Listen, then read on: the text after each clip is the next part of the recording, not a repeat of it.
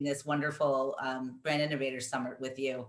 Um, would be great to kind of kick it off by sharing with the audience a bit about where you've been hunkered down for the last year, and a bit about your role at Remax. Sure. So hunkered down in Denver, Colorado. So it's absolutely gorgeous and sunny today. It's been crazy weather because we had a blizzard last week. And then this week, right, we're at 70 degrees and then possibly getting snow again this weekend coming up. So, it always changes, right? Um, at the same time, but no, I was working from the office, which is about 3 miles from my house in the tech center. And then for the last year, I was traveling globally, statewide, wherever. And now it's truly, I think this week was my first week completely home, working from home in Oh, Denver at my oh house. gosh, Mhm. that's so wild. I know. So, I mean, having a global responsibility means that you were traveling like how much of the year you think normally? Oh, I think I traveled 4 to 5 months out of 20, of 19 to 20. And I was actually just getting ready to leave. Just see now that our last speaker said the word just, that's in my head. Oh, isn't that crazy? I don't use the word. My bad go-to word is so. And when I watch a video back and I see it, I can't believe I said so. I try to get that one out of my as my go-to word instead of or and. Oh, Anyway, that's the yeah. filler words. They're all bad and just you don't even know you're doing it. It's terrible. Um, Until you watch it back. oh, But I know. Which in and of itself is difficult for me to do. So but anyway, and to so it answer goes. I know, exactly. And so the rest of your question is, what's my role at Remax? So I'm the vice president of luxury globally. So what that means is I try and provide tools and resources and information to our agents, whether they're luxury or non-luxury, or whether it's you're starting in your career, you've been in your career for a long time at Remax, and how we can help you build and grow your business. So again, if it's that starting, luxury person, it's their, wow, my first listing, so to speak, or if it's your 51st listing. So it's how do we help you grow your business and use the tools and resources? Very, very cool. I can imagine, just can you share with us just a bit about the scope of Remax in terms of globally, like where, you've, various countries that you have a presence in, and just sort of how many employees that you have to kind of train and support at that kind of level. Right. So not so much employees, because it's, every brokerage is individually owned and Okay. operated. So, but as far as agent count, though, we're about almost 135,000 in over 110 countries and territories. Wow. So this is a fun position, let me tell you. I can, oh, Well, in fairness, you and I talked about this on Friday. You feel like you're more of a consultant versus at the corporate, level, right? Especially now that we are home and working from home and everyone can get you on Zoom and there's no hiding, Valerie. It's 20. I've been on Zoom since 7:30 this morning. everyone needs you. I So, can imagine that your role is like a hugely important one for people. So, I mean, it's a big responsibility. Particularly making sure that the Remax brand kind of stays true to what it is. So I can imagine that's hard. So can you share with the audience, what this past year, what you've been working from this, oh God, hold on. And what have been sort of like the major changes, that have happened in this last year, that have been, where you've had to pivot and kind of change the approach that you've taken? mhm.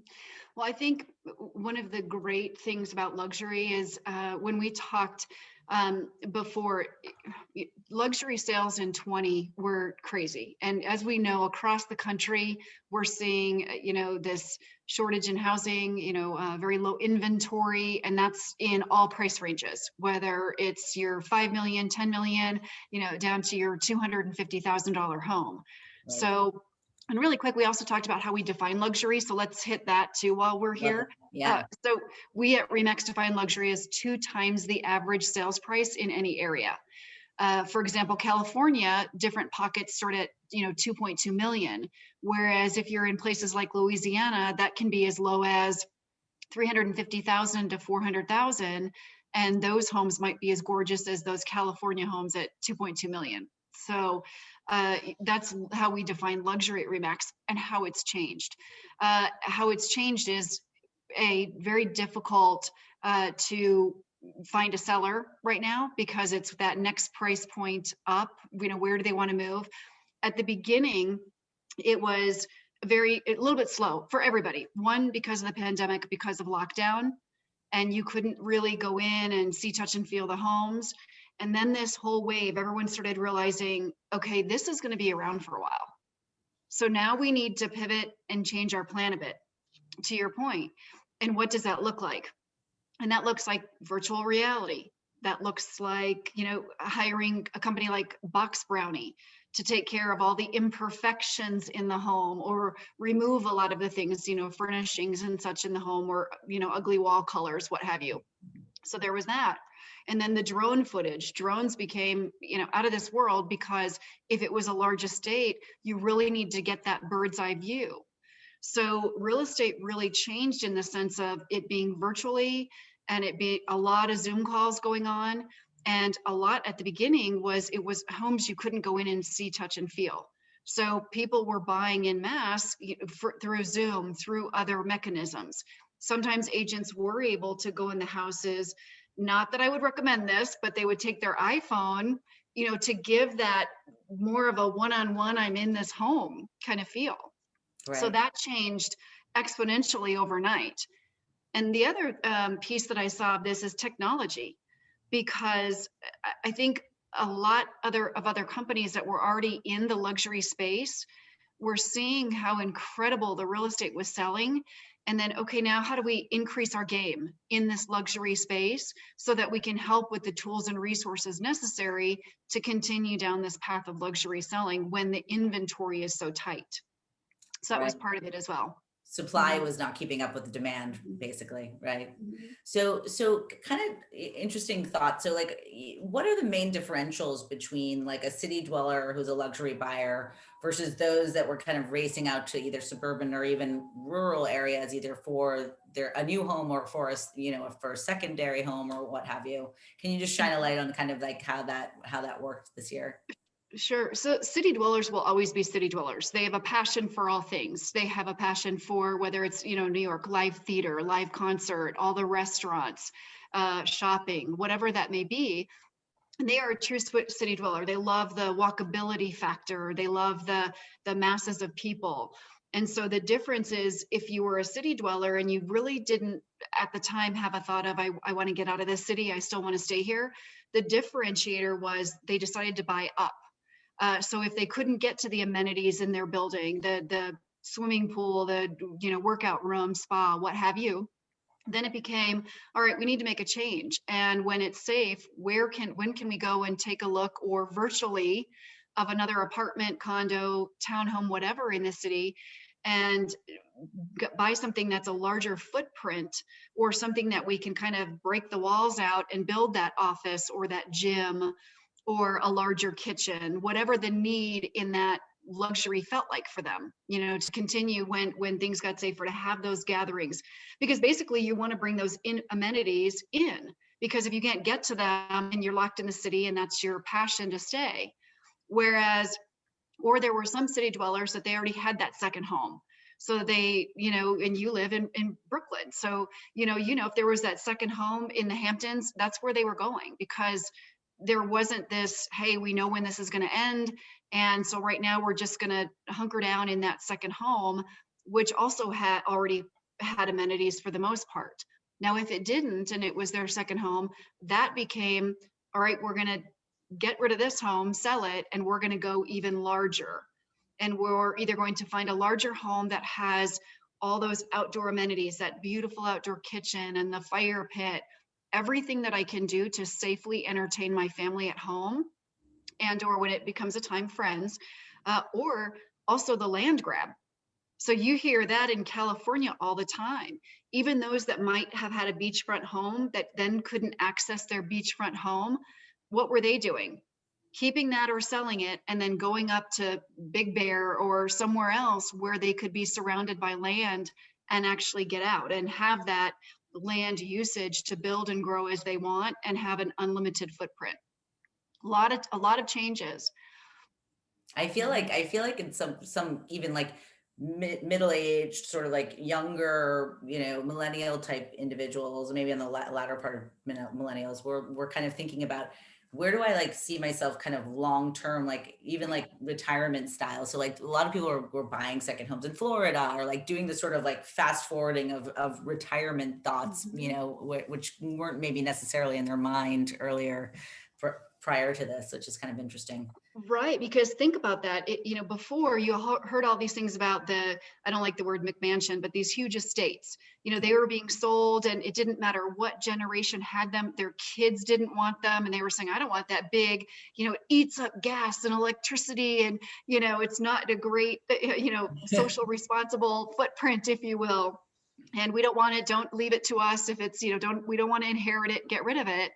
And now they're wishing, oh my gosh, we wanted to go to that, large mansion or that estate, because it didn't matter what age demographic, city dwelling, walkability, helping the earth, that was more of the footprint overall in general in luxury. Right. And now, wow, has that changed back? And it doesn't matter the age demographic, millennials going back out to the suburbs again and stating, hey, I can work from home. Almost all jobs right now, for the most part, can be done and worked at home, or at least a variation thereof. So you have that. You're surrounded by your family. You have great neighbors also. So, and then we talked about this on Friday too, mortgage rates.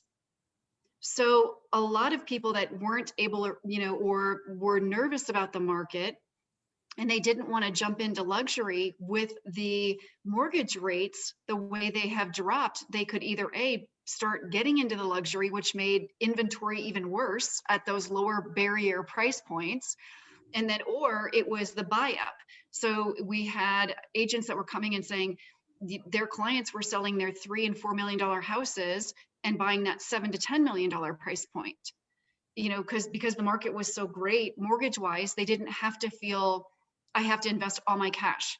Because usually, if you remember last recession, what came back first was luxury because of all cash sales. People were purchasing not to the price points that we're seeing now, but even though they were purchasing, it was all cash buyers. And we're not seeing that as much. It's 50%, maybe 75. But for the millennials, it's, we're using those mortgage rates. And we just got a question pop in, if you have any, thoughts on this. Is it currently a seller's market? And I'm presuming it's in the U.S. that this person is asking about. But what do you see? Like, obviously it's been a year since all of this has kind of gone down. What do you see the marketplace conditions looking like right now? Well, none of us has a crystal ball, but right now, when you look at the NAR reporting and then you look at what we're seeing in the different markets that I'm hearing about, it's still a seller's market. There's not a whole lot out there in the sense of buyer's market right now. So it might be a little different when you get into those extreme price points, that 35 million, 45 million, 25 million, there might be a little give there. Again, depends on the city, depends on the state. It's all about location, right? Right. So, I mean, when you think about, how did RE/MAX, like, seeing that there was such an opportunity and there's this market just sort of like went wild and on fire, how did RE/MAX, properly, market to these buyers, and how did you help support your agents from that perspective? Mm-hmm. That's a great question. First, it's hard because it's a little slice of pie. It's a little bit different for everyone. So it depends on the geographic area that they are. So obviously vacation places, they don't need a whole heck of a lot of help, to sell in that sense. I don't want to say that, but at the same time, we do have the tools and resources. But when you're spending this kind of money on a home, there are still expectations of the seller, still expectations of the buyer, right? So that means what marketing materials, you still have to have the video, the drone footage, depending on the Matterport. You have to showcase the home to its most, benefit to the seller, so that you're going to get that quickest sale in the most price, for the best price possible, right? Sales for the seller.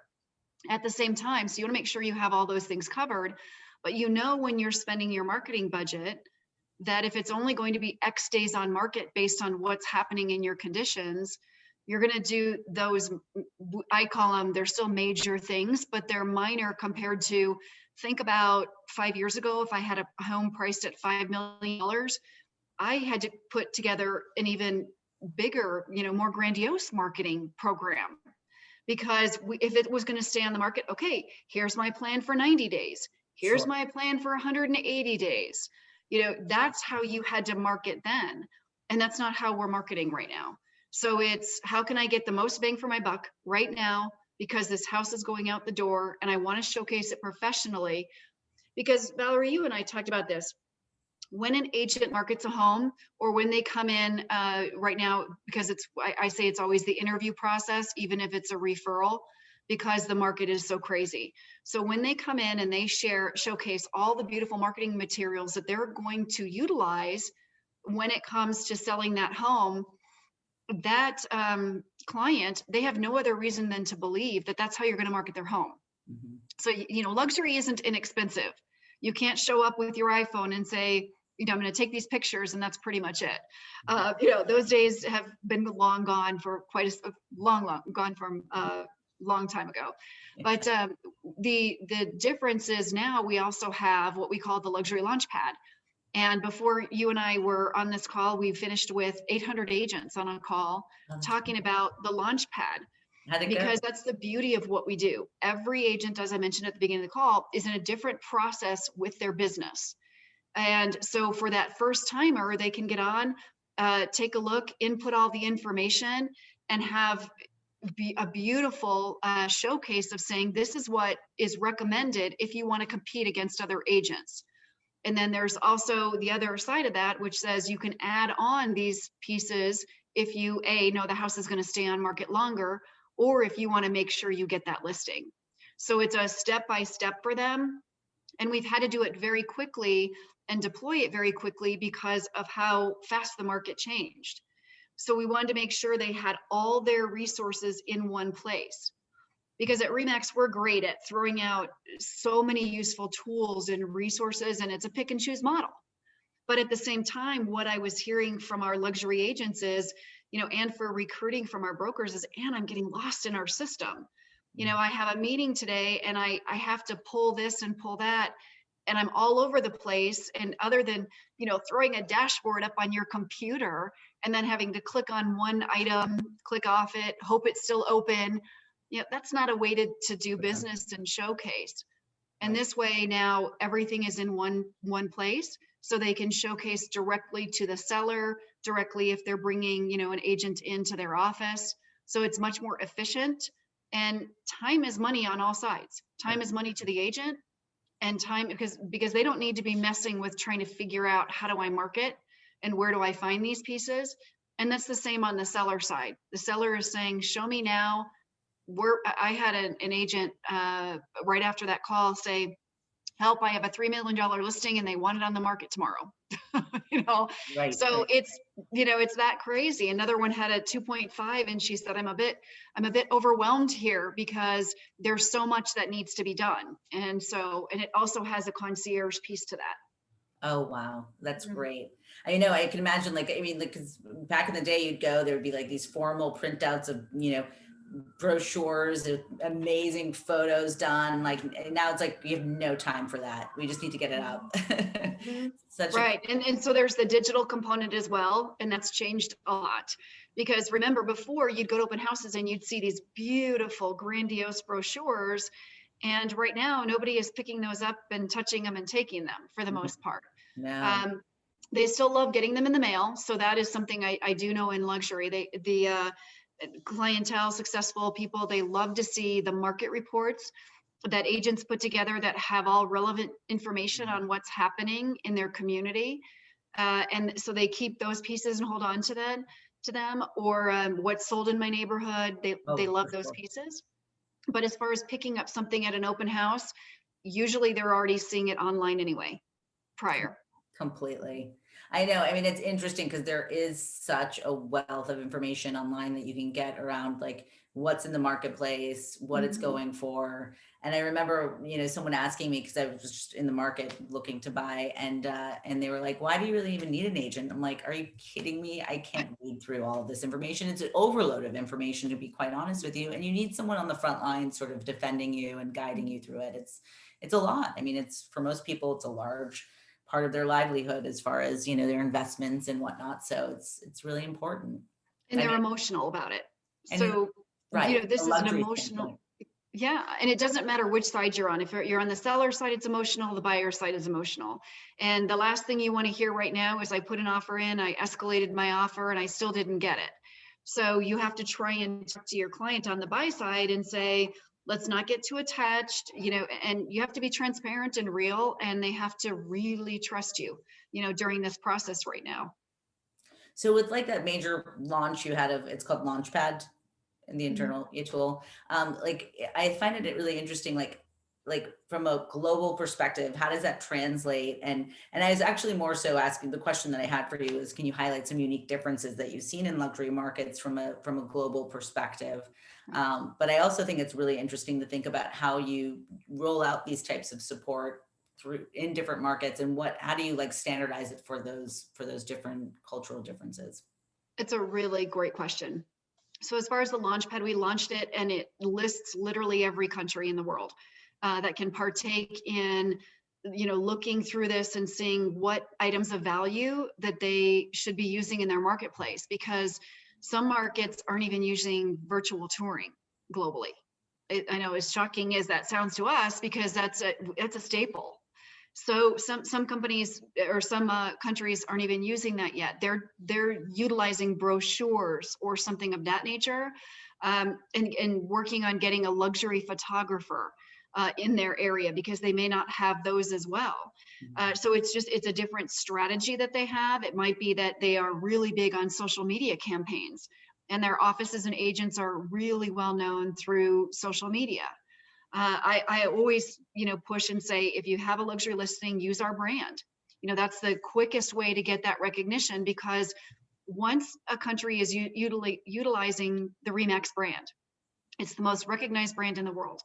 So once they use that, and then their clientele or their farming or selling and buying area starts gaining trust that that agent, wow, very respectable agent, has so much education through Remax under their belt, and really understands how to walk a buyer or seller through the process. Once that client in that area starts gaining trust, then it's usually time when the office will say, I want to extend the brand. And what that means to them is, now I feel we want to add luxury to our brand. We want to add luxury to our bottom line. And what does that look like? And they may pick a few tools that every agent will use, and say, this is what you need to use every time you show up at a listing. Or they may say, hey, agents, these are the 5 things I want to utilize. Pick and choose, but this is where we're going, with the brand. And the other is, we do have translation. So files can be shared to the other offices where, excuse me, the images may be static, or they put their own images in that meet their market, because not everyone has a beach. So we'll have mountain scenes or whatever. So they can put in their whatever imagery meets their country needs or city needs or whatever that may look like. And then also change, have that translation, have the language change. Interesting. Mhm. So as far as growth markets for this year, where do you see that? Do you see any major differences or something unique that you hadn't seen prior? I saw, well, land, as I mentioned, that's been quite a biggie for us. So even in California, the exodus out, first of all, part of this is taxes. So that's nothing new. So part of it is all taxes. Part of it could be um, tired of that, really herd mentality, if you will, or there's just everybody is so close together. So we want to branch out a little bit, and we have the means to do so. So we want to make our footprint a little bit larger. So that's what we're seeing. So when you talk about, Utah, Idaho, think about all the in the middle of the US, and think about land grab. That's what we're seeing a lot. Aspen's been absolutely crazy. So mountain towns have been going really well in the larger, again, outside the downtown main areas. So those type of communities, because the reality is when things return to however they're going to return, I don't use the word normal because we don't know what that looks like. So when things start returning, we still want the access. We still want, grocery, whether it's outdoor shopping, outdoor mall area, whatever that looks like, we still want to have the accessibility and not be too remote, too far away. So that will still, in my opinion, that's not going to change. I think indoor malls, what we're seeing a lot with that. I'll be curious to see what happens over time, if that turns into housing and what that looks like, or if we go back to outdoor malls are really, or small, when you see a smaller resort town and everybody can go to the mom and pop shops all the way around, that's always a great thing too. Very cool. Very cool. I know it'll be exciting to see how things transition for sure. So what are some of the things that you're going to be doubling down on, either things that kind of have stuck from this past year, or things that are just kind of the direction that you need to be focused in to remain as successful as you have been this past year in the luxury real estate business? Technology. You hear that a lot, but it's technology of the right tools in luxuries. One of the things that was challenging prior to this was there's not a lot of resources in the sense of, say, single property websites or individual agent websites that truly understand and focus on luxury. One of the difficulties that I've had in my almost 8 years with RE/MAX, is when you show up and you're trying to talk to a company about virtual tours or about something of that nature, and they don't have a luxury background. So you're trying to bring them up to speed on what the expectation is in luxury, and it gets a little bit frustrating on my end. I mean, they're great companies and everything else, but it just gets a little frustrating because you have to teach and share and say, this is what the expectation is in luxury. So I'm hoping to see even more resources so we can build even more. And because we're going to use the Luxury Launchpad as our true main tool for the RE/MAX collection. So it's how do I continue to grow that? And I have to watch for resources and research myself to find those to keep, because we have to be on that edge, the leading edge of this is what our agents, this is the expectation of our agents and brokers. And we have to meet those needs so that they stay very successful in the luxury space, but it also have that competitive advantage. That's what they need. Yeah, that's a great point. I didn't ask you this, but like, how are you measuring like success? I'm sure there's various data points and data sets that you're using, but just kind of, if you can just explain to us what like is really your measurement. Sure. That's a bit of a tough one. At RE/MAX, we say our measurement for success is how many transaction sites, and we're leading almost 2-to-1 than the next, company, that brand. So for us, we measure success in the agent transactions. So a little bit in what that price point is. Some others will say, well, in luxury, we have a bit of a higher price point. At the same time, we say, well, however, yes, but you might have had 5 to our 16, so, that's success. And then also being known as the most recognized brand. That's a big success for us. The millions that visit, the websites every single day, that's a success. So there's different measurements, social media, there's all of that. Absolutely. How does social media kind of play into your marketing? Is that a big part of it? Because it's just because you already have brand awareness, you have brand consideration, obviously, and such a major success from that standpoint. So where does social fit into that? We do. However, Valerie, there's always somebody that wants to come in behind you and take your spot. And yeah, so I think it was Gary Vaynerchuk that said, we're all chasing this virtual, imagery where you're the top of your brand, you're the top of this. So when you let down a little bit, someone else is going to slide right in there. So that's something. We have our own luxury Facebook group, and that's been a blast. We started that, to your point, one of the changes we made because there's so much social outreach and so much Zoom, we debated, do we put together a Facebook group? Do we not put together one? And there was truly a high demand from the luxury agents.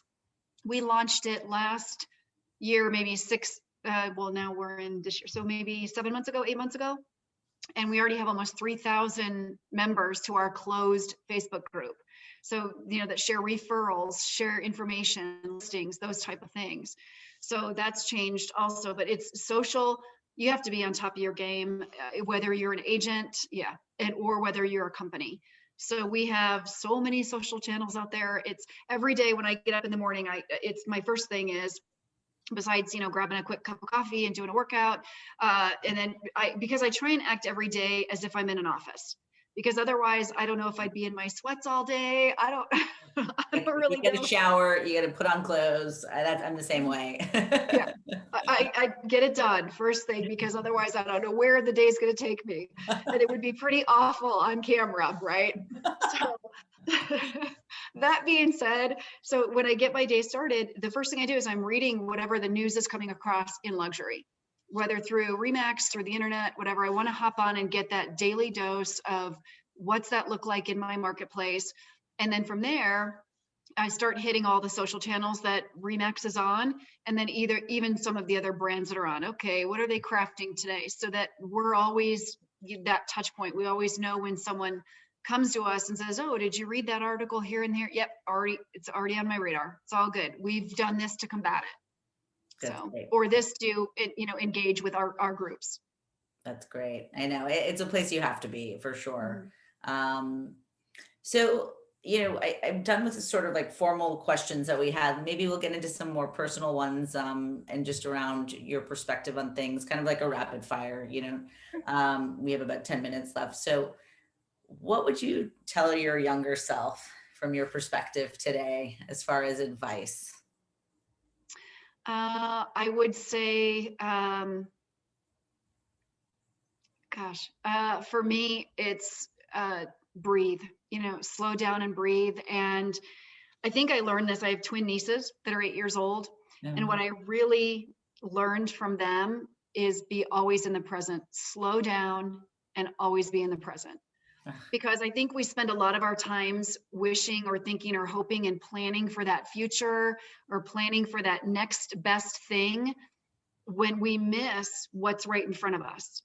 And I think between the, being at home, but also in being so close to them, a lot, I have them about every other weekend. I try and give their parents a break, and take the time, but truly, it's living in the present. That's what I would tell my younger self, because I always felt I'm missing something. I need to be achieving something. There's this other goal I have to reach for.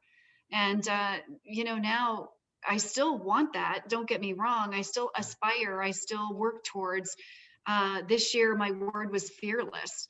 Because Valerie, I don't love being on camera. I don't know a whole lot of people that really do. I don't enjoy talking about myself. I enjoy lifting others up. So sometimes the questions are difficult when it's about me, just like when it's about you. Hey, Valerie, what about you? You're like, I mean, I started off this interview like tripping over my words. It's just not, this isn't, maybe if I was like a talk show host normally, this would be a bit easier. Exactly. But, at the same time, that's what I would say. Live in the present. Know that, you're going to achieve those goals. You're going to make it. It's going to be okay.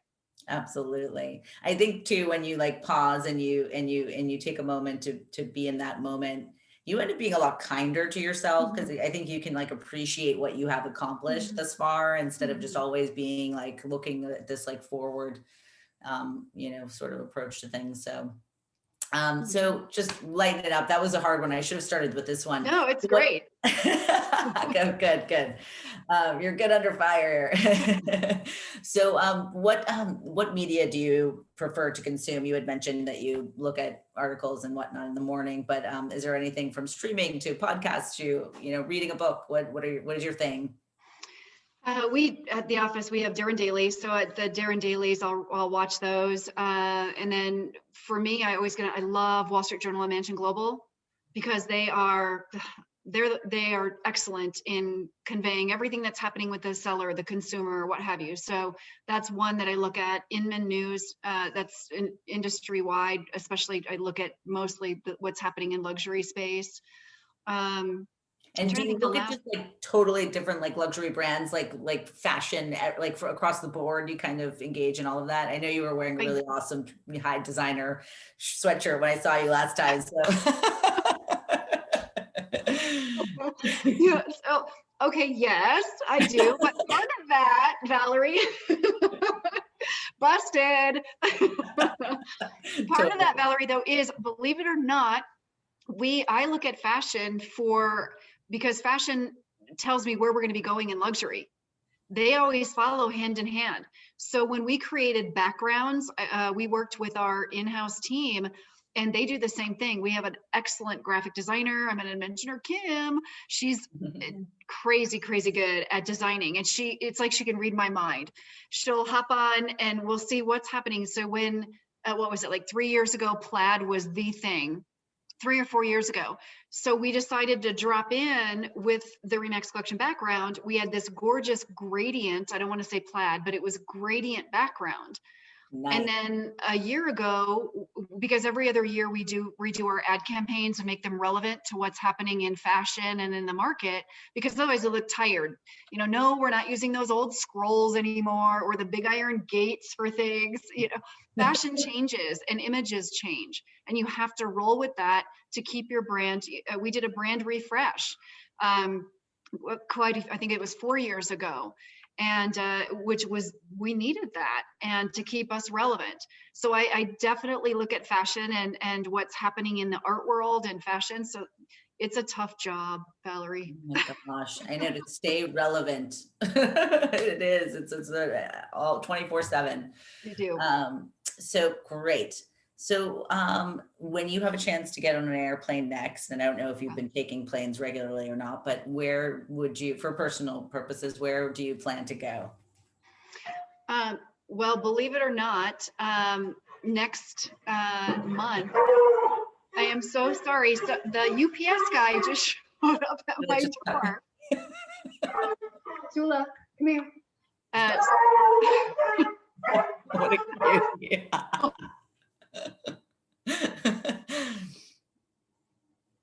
Well, for me, I someone had mentioned Greece, and that sounds great to me. I'm talking to myself right now.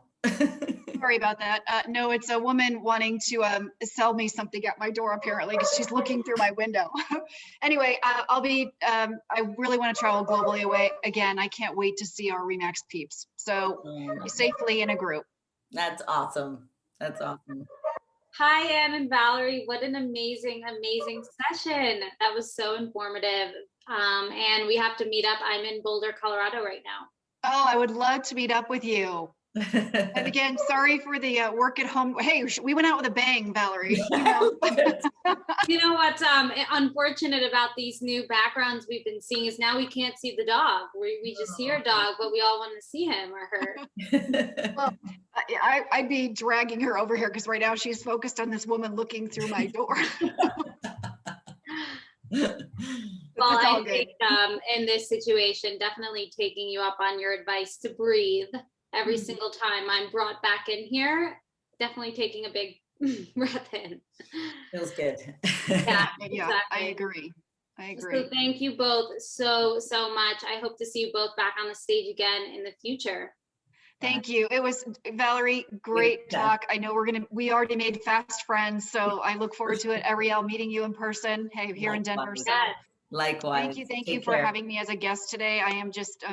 Thank you. I'm so grateful. Same. Take care. Love the energy. Love the energy. So with that was our last session of the day. Thank you all so much for tuning in to our Summit on Women in Marketing. It was such a great day of speakers, and we're all so excited for our upcoming days on this topic, which happen mostly monthly. We also hope that you will join us tomorrow at 12:30 Eastern Standard Time for a jam-packed summit on the future of TV. We'll be joined by leaders from Wells Fargo, Anheuser-Busch, Heineken, Viacom CBS, and many more. So thank you so much for joining. We'll see you tomorrow.